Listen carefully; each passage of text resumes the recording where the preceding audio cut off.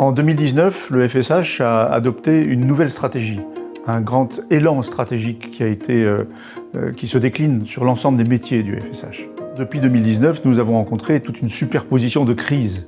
Une crise économique, sociale, sanitaire, mais également démographique, ce qui a complètement changé la donne pour les problématiques de demande et d'offre de logement. Pour autant, cette stratégie a permis de mettre en place un nouvel organigramme, une nouvelle organisation et aussi développer des nouveaux métiers.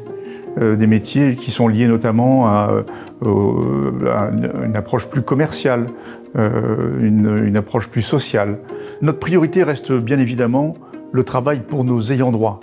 Bien sûr, nous restons vigilants à des problématiques comme ceux des impayés, de la vacance de logement, qui sont liées notamment à cette crise démographique dont je parlais, mais également des incivilités, puisque la vie dans les quartiers doit être sereine, paisible, et nous devons y veiller. C'est vis-à-vis de ces éléments-là que nous orientons toutes nos actions.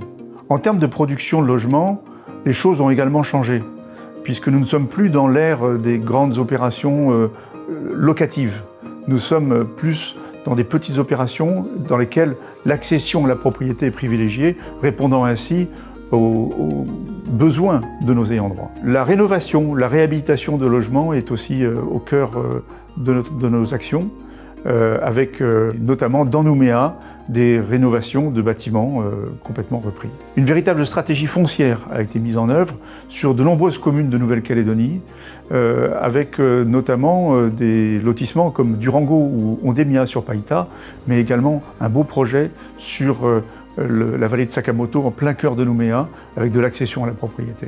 Le FSH est un des principaux pourvoyeurs de travaux et d'emplois pour le secteur du BTP en Nouvelle-Calédonie. Tous ces éléments démontrent que la stratégie qui a été mise en œuvre en 2019 pour le FSH est en passe d'atteindre son objectif, qui est de redonner au FSH la place qui est la sienne au sein du paysage socio-économique de la Nouvelle-Calédonie, c'est-à-dire un pilier qui est voué à l'habitat, au service de nos ayants droit.